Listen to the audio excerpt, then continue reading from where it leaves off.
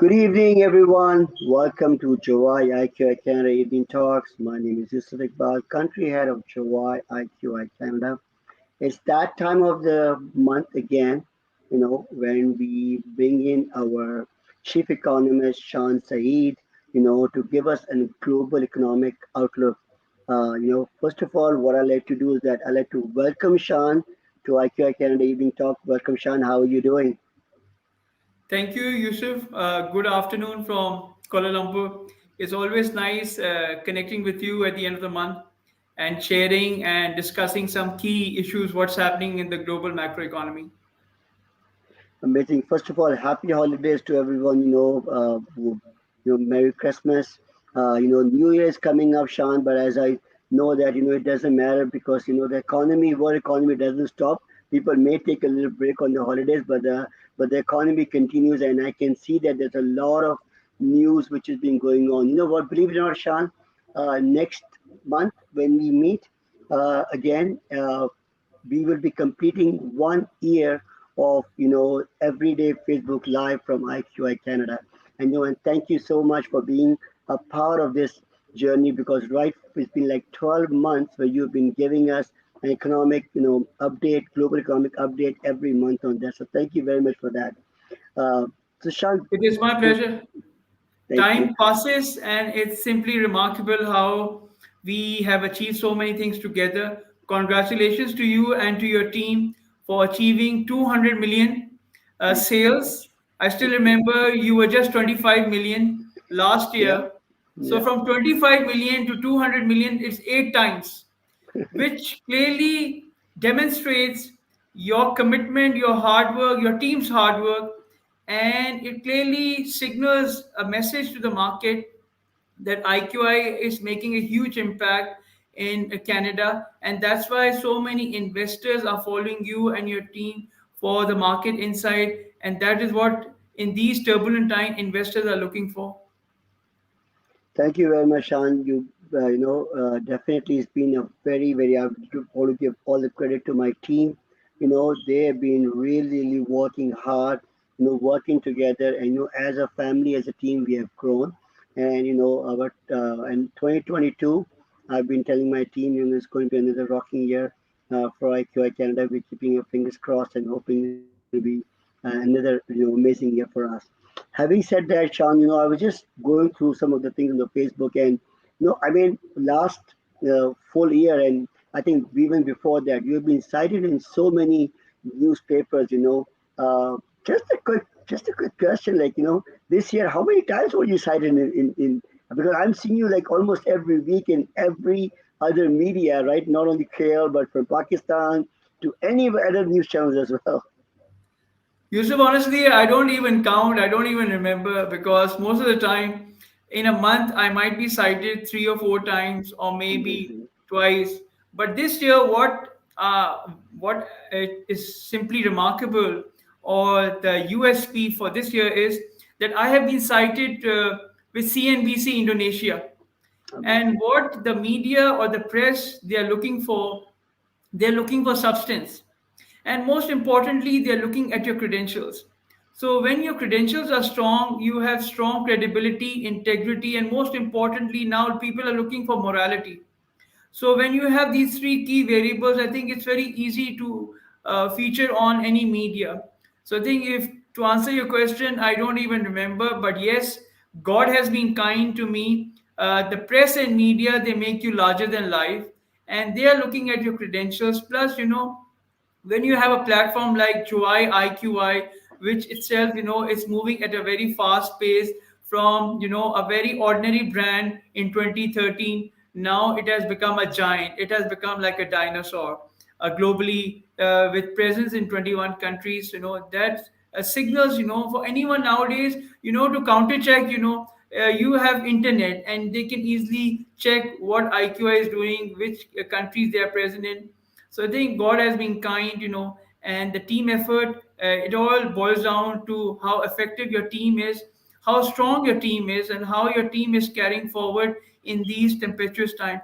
Last night, I posted something that clearly resonates my personal branding strategy.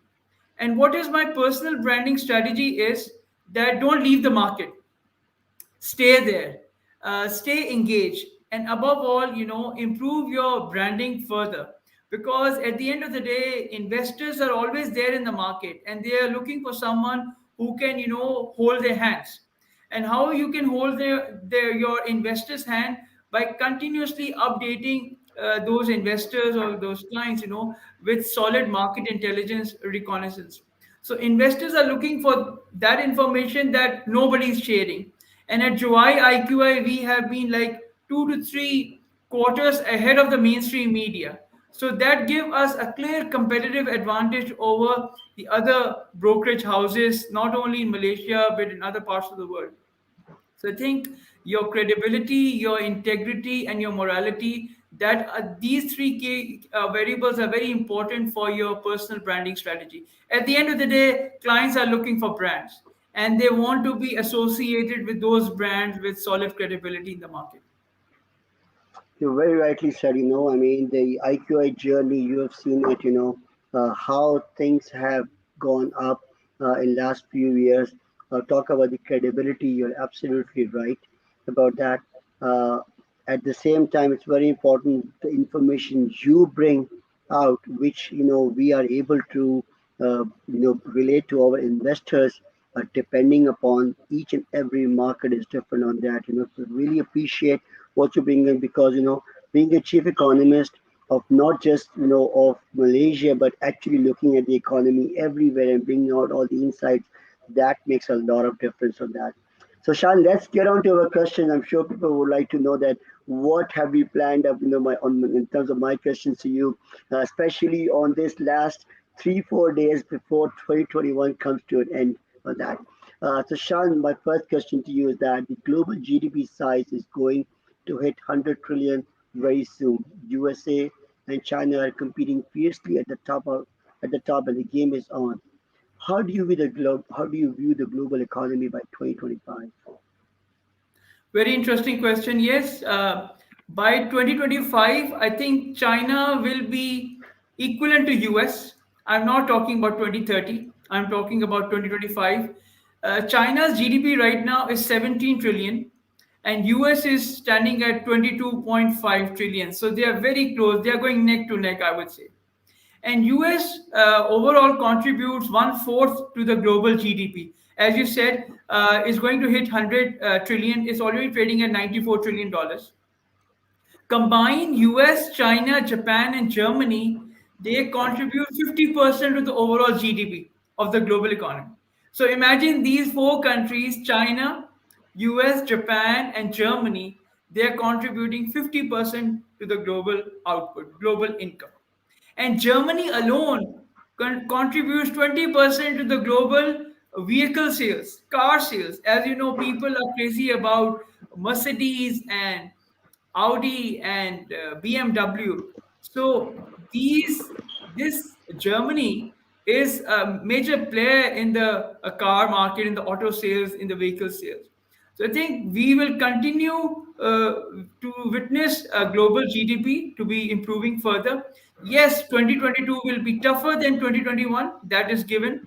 The taking into account the geopolitical risk, the systematic risk. What are systematic risks? Inflation is not going to stop. Inflation will continue to go higher in advanced economies. And the other factor that will contribute significant risk to the equity and bond market is the higher interest rate. The hike in interest rate is becoming inevitable because the stubborn inflation is getting out of hand. So once you have this stubborn inflation getting out of hand, the central banks, the big four, the Fed, the ECB, Bank of England, and Bank of Japan, they don't have any choice but to raise interest rates. Once the interest rates go up, eventually the equity and bond markets, they will take the pressure. They will take the heat. So once they take the heat, I mean, investors will go back and they will take position in real assets, the tangible asset. So what we have been sharing in the last 6 to 7 months, that we are heading back to stagflation. And what is stagflation? When you have higher inflation and lower growth. When your cost of living is high and your income is low, that is stagflation. So I was just reading, if you pick up yesterday's Reuters report from Larry Summers, Larry Summers is talking about 1970 era, what we have been sharing in our newsletter. And when we shared in November 2020, people were laughing at us. This is Shan, this inflation is going to stop somewhere. It is transitory, it's temporary. But many of those central bankers, many of those pundits, the gurus, they have got it all wrong. And stagflation is here to stay, and this will stay for the next 12 to 15 months. Because any policy instrument that the central bank take, let's say the hike in interest rate, it takes good 12 to 15 months for that hike in interest rate to make an impact to control inflation. Obviously, you cannot control inflation overnight, it takes time. So the systematic risk, the geopolitical risk, the virus, yes, it will, the new virus, it is not as deadly as Delta, but still it will make an impact. Some countries in Europe are heading for lockdown. Obviously, the cost of lockdown is very high, so it will make an impact. So, Asia, the pivot, the power, economic power pivot is moving towards Asia. So, Asia will be leading, and some countries in Europe they will be under pressure. So, we will have some. They say 50-50 chance the economic recovery will happen, but it looks quite an uphill task. I foresee global economy to be recovering by 2025. So we will have tempestuous, challenging year for the next 2 to 3 years. Wow. So we are live with Shan Saeed, Chief Economist at Juwai IQI. If you have any questions, please feel free to post your questions or your comments, and we'll try to answer these questions at the same time as well. Going to my question number two, which is like about the oil prices. Oil prices are moving upward again and trading at $78 per barrel. In one of your LinkedIn posts, if I remember correctly, you said by S2, we should be looking at between 73 to $87 a barrel, and we are right there. What's the oil price outlook for next year?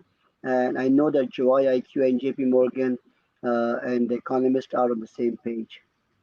Yes, again, we have been spot on. At the start of the year, we said 50 and 70. We already hit by 8th March, it was trading at $70 per barrel.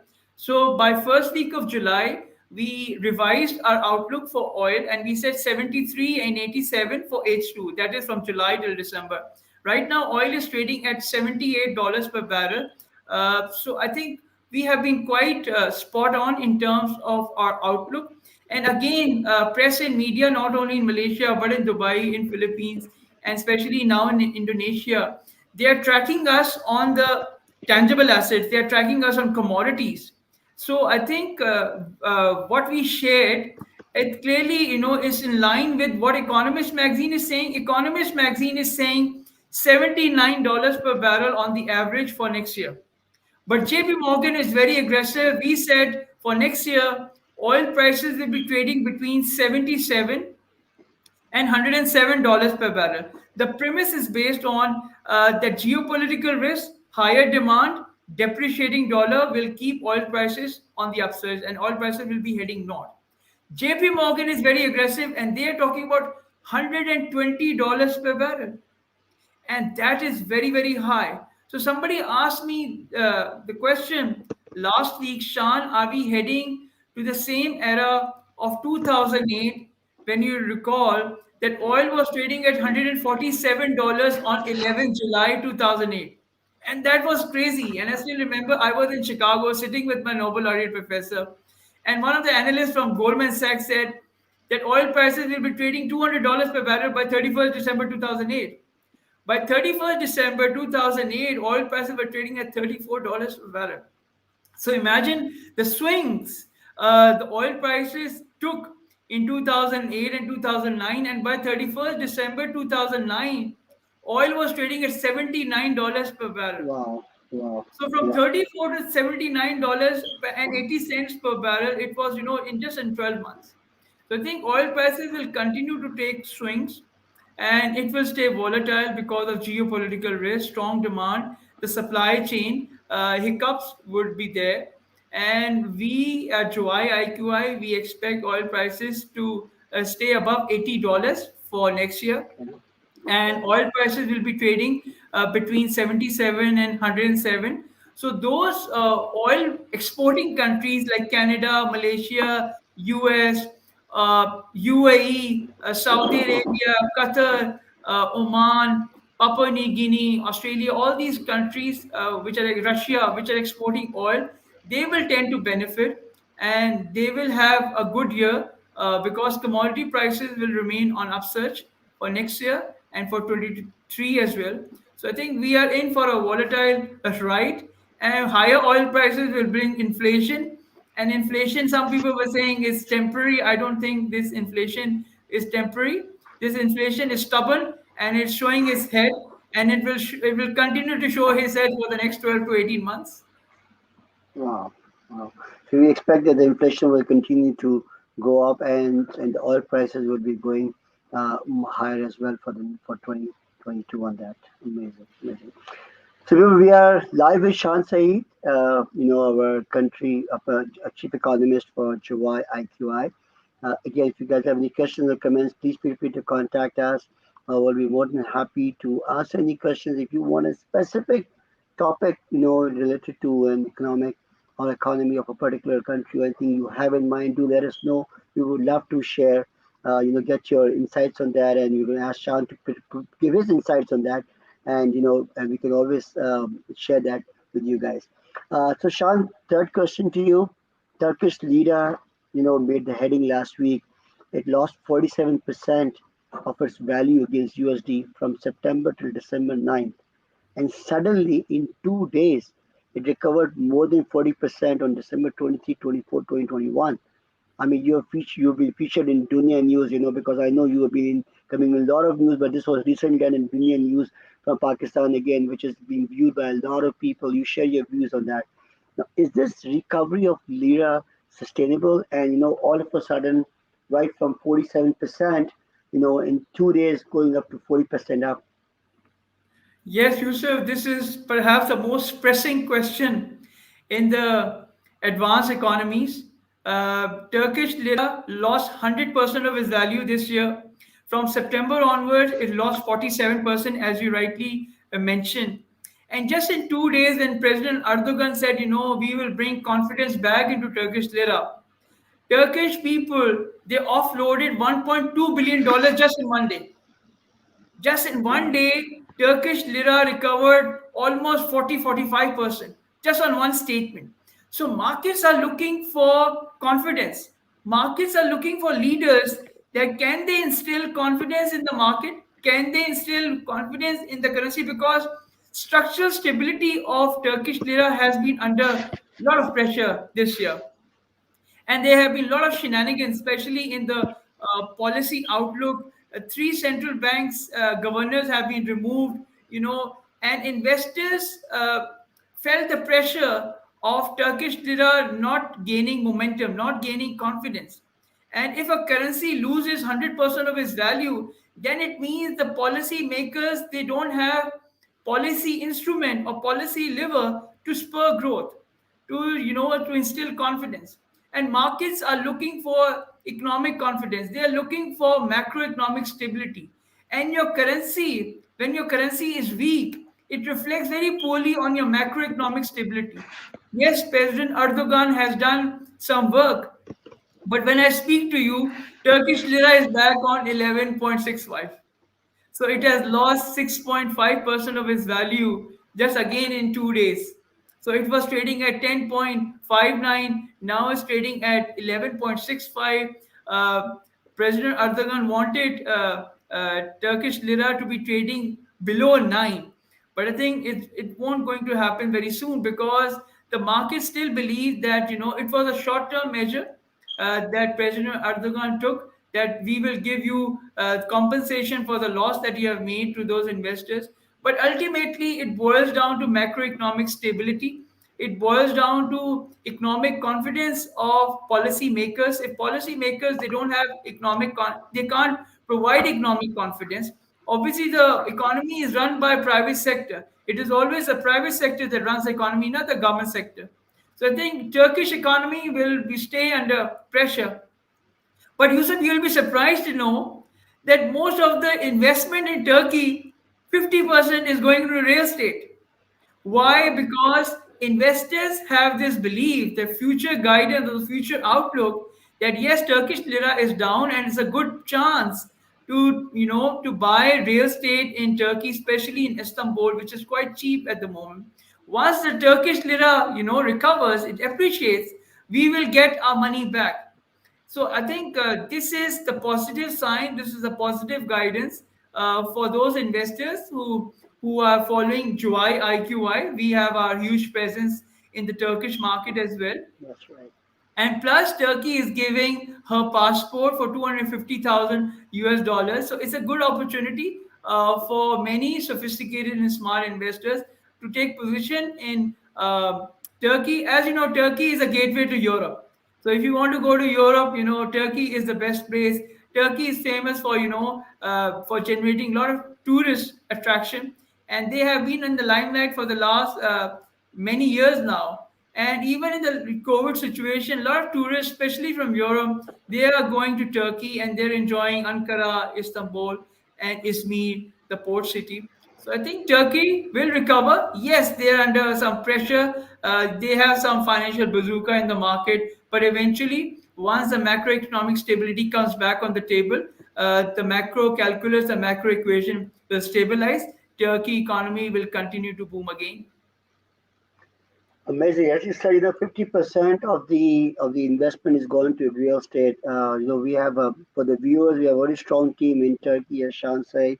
Shan said, if you're looking for any investment opportunity or looking for the immigration options as well, as you rightly said, the $250,000 of US dollars, you could get the immigration in Turkey. Do contact our team in Turkey. In fact, very soon we'll be having a live session with our Turkey team as well. Well, they will be giving you some of the opportunities which are in real estate opportunities and some of the process how you could get your Turkish passport or citizenship if you're looking for that. You know what? You, as you rightly said, Sean, the Turkish economy did went up and down, but it looks like a lot of investors are looking it in a very positive way, and they do look into it as an opportunity for the growth in future. Uh, Talking about Turkey, let's talk a little bit about Canada as well. The Wall Street Journal reported on December 2021 that Bank of Montreal is buying BNP local unit, creating a mammoth of 870 billion US dollar assets. How do you foresee this merger impact on the financial market? Bank of Canada has maintained a solid macroeconomic stability in the market using your financial vocabulary. I should say that. What's the and again after that, my always favorite question is what's the outlook for the interest rates in Canada? So, what do you think about the merger, first of all? Yusuf, this is a very positive signal, especially for the banking sector, that shows that Bank of Montreal has got a very positive outlook on the financial market. And I see merger and acquisition happening all over the globe, especially in advanced economies, and financial sector will continue to consolidate moving forward. $870 billion in assets, almost touching $1 trillion. So this is huge. This is, as you rightly said, mammoth. So I think it's good for Canadian financial markets. I think banks will continue to consolidate, and that will give more opportunity for banks to look at the other sectors. And banks, as you have been saying, they are quite open, they are quite positive in financing real estate investment in Canada with low interest rate, which are still very low in Canada. And it's a good opportunity for those sophisticated and smart investors who are present in Canada to take a position in real estate, not only in Canada but globally as well. So it's an ideal time, and it's a positive signal not only for Canada but also for North America market in general. Uh, Talking about interest rate, right now interest rates are still very low. Bank of Canada has maintained macroeconomic stability. Canadian ringgit is still very strong and solid, and it has maintained a very solid ground against USD. It has been appreciating in a very structured manner. That shows the stability of the currency, that shows stability of monetary policy executed by the Central Bank of Canada.